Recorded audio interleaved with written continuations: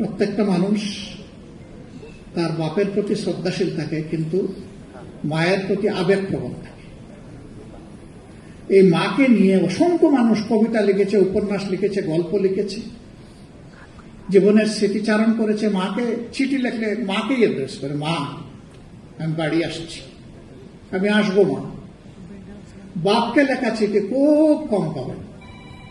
আমিও লিখি নাই, আমিও লিখলে আমার মাকেই লিখলাম, মা বাপ জীবিত থাকা অবস্থা।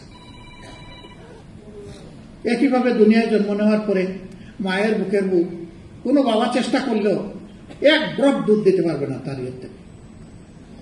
এটা মা। আল্লাহ তাআলা পুষ্টিকর, সুস্বাদু, ভারসাম্যপূর্ণ রিজেক তার জন্য পয়দা করে দিয়েছে।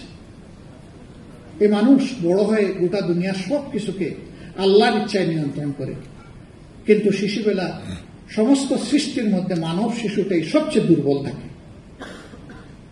দেখবেন ডিম থেকে বাচ্চা ফুটে একটা মুরগের বাচ্চা ফুটার সাথে সাথে দৌড় শুরু করে দেয়, ফুটে ফুটে সে তার খাবার তুলে নেয়।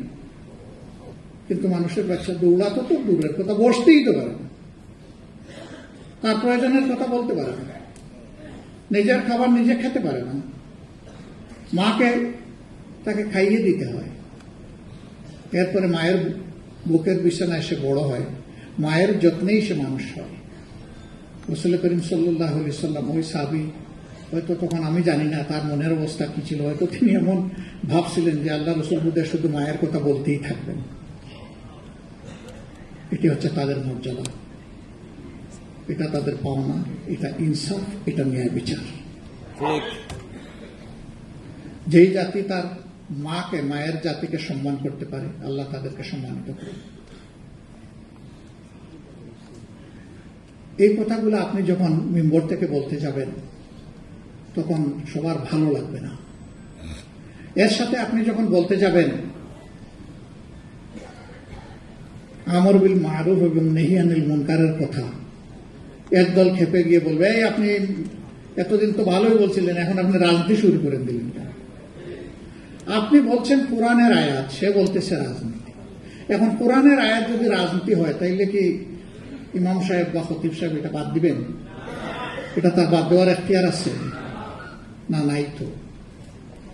তিনি বলবেন, যার ভালো লাগে সে কবুল করুক, যার লাগে না সে অন্ধ থাকুক, অসুবিধা নেই তো। কাউকে তো জোর করা হচ্ছে না যে এটা আপনাকে মানতেই হবে। তার দায়িত্ব নসিহত করা, সত্য আওয়াজ পৌঁছে দেওয়া, এটা বাধা দেওয়া উচিত নয়। যারা বাধা দেন তারা আবেগের জায়গা থেকে দেন। এটা তাদের জন্য প্রয়োজন, সবার জন্য প্রয়োজন।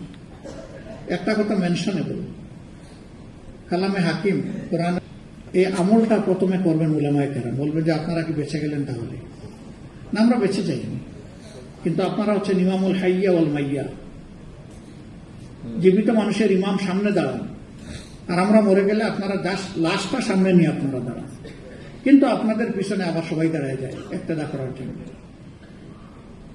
কাজেই যিনি সামনে আছেন আমলটা তাকে শুরু করতে হবে।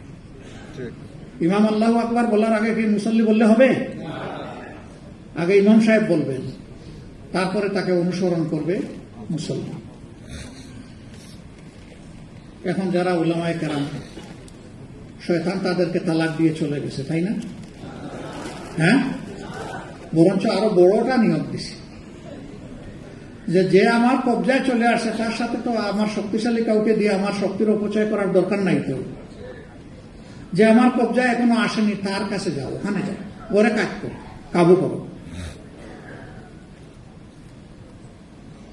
সম্মানিত ভাইয়েরা, যদি এই বিষয়টা আমরা সামনে রাখি, তাহলে আমাদের সতর্কতার মাত্রা হতে হবে সাধারণ মানুষের চেয়ে অনেক বেশি। আল্লাহর ভয় মুখের কোনো কথা নয়, এটি আমলের মাধ্যমে দেখা যায়, বুঝা যায়। এটা মুখ দিয়ে বলতে হয় না। ওই মহিলার মতো, যার অন্তরে সত্যিকার অর্থে আমলের ভয় আছে, আল্লাহর ভয় আছে, সে তার আমলটা ওইরকম। এই মহিলার কবর হওয়ার পরে কেউ কেউ একটু হালকা উপহাস করছে, কোনো মানুষ দেখে নেই, এটা একটা কবিরা গুনাহ ছিল। নীরবে তওবা করে নিলে বুঝেই যাচ্ছে যে তিনি দারুণ অনুশোচনা করছেন, অনুতপ্ত। তিনি খালেস দিলে আল্লাহর দরবারে তওবা করলে আল্লাহ তাকে ক্ষমা করে দিতেন। কেউ জানতো না যে তিনি এই কাজটা করেছেন। তার কারণে এখন তিনি, তার পরিবার, তার গোষ্ঠী সবার নামে একটা টিকা লেগে গেল। রাসূল সাল্লাল্লাহু আলাইহি ওয়াসাল্লামের কানে এই কথাটা আসা মাত্রই ডাকলেন, তোমরা কি এইরকম কথা বলছিলে? রাসূল করিম সাল্লাল্লাহু আলাইহি ওয়াসাল্লামের সাহাবীরা তো আর সত্য আড়াল করবেন না। তারা বললেন যে আল্লাহ রাসূল, আমরা নিয়তের জায়গা থেকেই বলেছি। তিনি বললেন যে আমি তোমাদেরকে সুসংবাদ দিচ্ছি, তোমরা যদি নিশ্চিত কোনো বেহেশতি মানুষের কবর দেখে নিজের আত্মাকে পরিতৃপ্ত এবং প্রশান্ত করতে চাও, যাও ওই মহিলার কবরটা দেখে আসো। আল্লাহু আকবার। আল্লাহ তাকে কত বড় মর্যাদা দিয়েছে। আজকে আমাদের সমাজে কারো কোনো নিরাপত্তা নাই তিনটা জিনিসের। প্রথমটাই মানুষের সাথে লেগে আছে সম্মান, তারপরে তার জীবন, এরপরে তার সম্পদ। এই তিনটার কোনো নিরাপত্তা আমাদের সমাজে নেই, বিশেষ করে নারী জাতির নেই। অথচ ইসলাম পূর্ব জাহিল যুগে নারী জাতিকে তাদের কোনো অধিকারের স্বীকৃতি দেওয়া হতো না, তাদের কোনো ব্যক্তি সত্তার কোনো সক্রিয়তা ছিল না। ইসলাম এসে তাদেরকে মায়ের মর্যাদায় অধিষ্ঠিত করেছে। আমার এক বোন দেখলাম যে আমার মা বোন বলাতে উনি অনেক রাগ করেছেন। হ্যাঁ, আপনি কি জানেন যে রাসূল সাল্লাল্লাহু আলাইহি সাল্লামকে এক সাহাবী এসে জিজ্ঞেস করলেন, আমার মা বাপ দুইজনই বয়োবৃদ্ধ এবং তারা অসুস্থ, তাদের সেবার ডাক আমার কাছে আসে, কখনো কখনো একসাথে চলে আসে। এই অবস্থায় আমি আগে কার ডাকে সাড়া দেব? রাসূল সাল্লাল্লাহু আলাইহি সাল্লাম বললেন, তোমার মায়ের ডাকে। হে আল্লাহ রাসূল, তারপরে কার ডাকে? তোমার মায়ের ডাকে। হে আল্লাহ রাসূল, এরপরে কার ডাকে? তোমার মায়ের ডাকে। চতুর্থবার যখন তিনি জিজ্ঞেস করলেন, বললেন, হ্যাঁ, তোমার বাপের ডাকে। কেন? আল্লাহ রাসূল এটা কি তাইলে কোনো বৈষম্য করলেন? না, এটা তিনি ইনসাফ করলেন। এই যে আমরা সবাই বসে আসছি, নারী পুরুষ, কোনো বাপ এই দাবি করতে পারবে না যে আমার গর্বে এই সন্তান আমি ধারণ করেছিলাম। এমন কোন বাপ আছে? এমনকি শুধু মানুষের জন্য এই কোরআনে সমস্ত সৃষ্টির শৃঙ্খলার বিধান আল্লাহ তাআলা দান করেছে। একটা নিরীহ প্রাণীকে অন্যায়ভাবে আপনি তার ক্ষতি করতে পারবেন না। কি পারবেন কি পারবেন না সব কিছু এখানে আছে। সুতরাং মহান আল্লাহ, যিনি সকল প্রাণীর স্রষ্টা, সকল জীবের স্রষ্টা, সকল সৃষ্টির স্রষ্টা, তিনি তার সৃষ্টির প্রয়োজন যা জানেন, অন্য কেউ তা জানার কোনো প্রশ্নই ওঠে না। তিনি সবকিছুর যোগান দেন। আমাদের মাথার উপরে সূর্যটাকে কোনো বৈজ্ঞানিক তৈরি করেছেন নাকি? না কোনো দেশের কোনো কালের কোনো শাসক তৈরি করেছে? চারটা, আমাদের মাথার উপরের সাতটা, আসমানটা, ওখান থেকে ঝরা বৃষ্টিটা, যে মাটির উপর চলাচল করি সেই মাটিটা, যেই মাটি থেকে আমাদের রিজেক্ট বেরিয়ে আসে সেই মাটিটা, যেই মাটির নিচ থেকে আল্লাহ আমাদেরকে নিয়ামত দান করেন সেই মাটিটা, যে সাগরের পানিটা, যে সাগরের পানির তলদেশে এবং সাগরের নিচে যে নিয়ামত আল্লাহ রেখেছেন, তার কোনো কিছু কি আল্লাহ ছাড়া কেউ সৃষ্টি করেছে? কেউ করেনি। সেই আল্লাহ মানুষকে সবচেয়ে বেশি ভালোবাসেন। সবচেয়ে বেশি ভালোবাসেন বলেই মানুষকে আল্লাহ তাআলা দুইটা নিয়ামত এক্সক্লুসিভলি দান করেছেন, যেটা অন্য কোনো প্রাণীকে দেননি। মানুষ এবং জিন জাতিকে আল্লাহ তাআলা বিবেক দিয়েছেন, কিন্তু জিন জাতির মধ্য থেকে কোনো নবী আল্লাহ তাআলা দেননি। জিন জাতির কাছে সরাসরি আল্লাহ কোনো ওহী এবং কিতাব আসেনি। এই দুই জিনিস আল্লাহ তাআলা মানব জাতিকে দান করেছেন।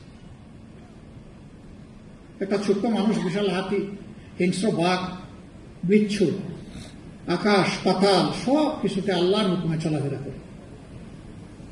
আল্লাহ তাআলা এই সবগুলো পয়দা করেছেন মানুষের কল্যাণের জন্য। সেই মানুষের কল্যাণের জন্য আল্লাহ যে এত কিছু নিয়ামত দিলেন, সেই আল্লাহর বিধানের চাইতে উত্তম বিধান কি কারো হতে পারে? হতে পারে। এখন প্রশ্ন আসে, একটা মাল্টিকালচার সোসাইটিতে, বহুমাত্রিক, বহু সংস্কৃতি একটা সমাজে ইসলাম কিভাবে ফাংশন করবে? মক্কায় কি সব একই ধর্মের মানুষ ছিল নাকি? ওখানেও বিভিন্ন ধর্মের মানুষ ছিল এবং ধর্মে বিশ্বাস করতো না এরকমও ছিল, মদিনায়ও ছিল। তখন যেভাবে ফাংশন করেছে এখনো একইভাবে ফাংশন। ঔষধের গুণাগুণ যদি ঠিক থাকে তাহলে একই রোগের জন্য আগের দিন যে রোগীর গায়ে এটা ক্রিয়া করেছে আজকের দিনও নতুন রোগীর গায়ে একই ক্রিয়া হবে। আপনারা হক কথা বলবেন, তবে হক কথা বলতে গিয়ে আপনারা করেন না, তারপরে আমার অনুরোধ, কাউকে উপহাস করবেন না, কাউকে ছোট করে একটু কুছা দিয়ে কথা বলবেন না। একটা জিনিস মনে রাখবেন, আপনি যদি কারো কল্যাণ চান তাহলে বন্ধুর ভাষায় তাকে কথা বলতে হবে। আর উলামায়ে কেরাম তো সবার কল্যাণ করেন, সমাজে যারাই বসবাস করে সবার কল্যাণ করেন। অতএব দাঁড়ির ভাষা আল্লাহ তাআলা যে প্রেসক্রিপশন দিয়েছেন মাওয়াইজায়ে হাসানা, সেই অনুযায়ী হওয়া উচিত। এই অনুযায়ী হলে কেউ যদি এরপরেও বিরোধিতা করে অসুবিধা নেই, একদিন না একদিন সে উপকারিতাটা বুঝবে। কিন্তু আপনি যদি একজনকে শক্ত কথা বলে ফেলেন, তার মনে যদি আঘাত লাগে, সে আপনার ভালো কথাটাও শুনতে চাইবে না। তা আমি কি আমাদের প্রিয় জনগণকে, যাদেরকে আমরা ভালোবাসি, আমাদের ভালো কথা শোনাতে চাই না? আমরা যদি চাই তাহলে সেই উসুলটা মানতে হবে।